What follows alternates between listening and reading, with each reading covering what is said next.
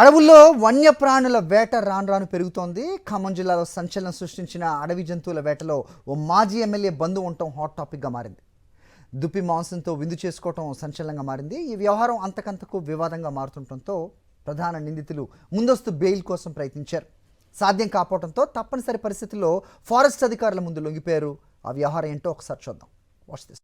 ఖమ్మం జిల్లా సత్తుపల్లి పట్టణంలోని Neeladri urban park లో తుపాకులతో దుప్పులను వేటాడిన ఘటన ఇప్పుడు జిల్లాలో హాట్ టాపిక్ గా మారింది. ఈ వ్యవహారంలో ఇప్పటికే కొందరిని అరెస్ట్ చేశారు. అయితే తాజాగా అశ్వరావుపేట మాజీ ఎమ్మెల్యే మెచ్చా నాగేశ్వరరావు సోదరుడి కుమారుడు మెచ్చా రఘు భరత్ అనే మరో వ్యక్తి ఫారెస్ట్ అధికారుల ఎదుట లొంగిపోయారు. నవంబర్ 24వ తేదీన నీలాద్రి అర్బన్ పార్క్ లో తుపాకులతో దుప్పులను వేటాడి ఓ పార్టీలో విందిచ్చినట్లు అటవీశాఖ అధికారులకు ఫిర్యాదులు వెళ్లాయి. ఫిర్యాదులపై విచారణ చేపట్టిన అధికారులు పార్క్ లో ప్రైవేట్ ఉద్యోగిగా పనిచేస్తోన్న గోపీకృష్ణతో పాటు రామ్ ప్రసాద్ అనే వ్యక్తిని అరెస్ట్ చేసి రిమాండ్ కు పంపించారు. అయితే ఈ కేసులో కీలక నిందితుడిగా ఉన్న మెచ్చా రఘుతో పాటు భరత్ అధికారుల ముందు లొంగిపోయారు.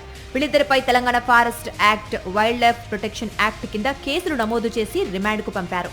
అయితే ఇప్పటి వరకు అర్బన్ పార్క్ లో జంతువులను వేటాడినట్లు తమకు ఎలాంటి ఆనవాళ్లు లభించలేదని, పార్క్ లో తుపాకీ పట్టుకుని సంచరించినట్లు మాత్రమే సీసీ కెమెరాల్లో ఫుటేజ్ లభ్యమైందని ఎఫ్టీఓ మంజుల చెప్పారు. ఆచర్ ఉన్నాడు అందులో గోపికృష్ణ అని అతన్ని ఏటు ముద్దాయిగా పెట్టాము.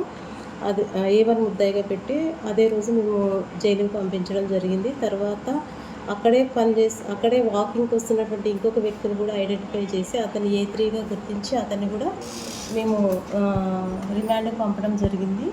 తదుపరి మనకి గన్ కలిగి ఉన్నటువంటి వ్యక్తి కూడా అక్కడికి వచ్చాడని తెలిసింది. అతని పేరు మచ్చారావు. అతను తర్వాత భరత్ అనేటువంటి ఇద్దరు వ్యక్తులు కూడా ఈరోజు అదుపులోకి తీసుకొని వారిని రిమాండ్కి పంపడం జరిగింది.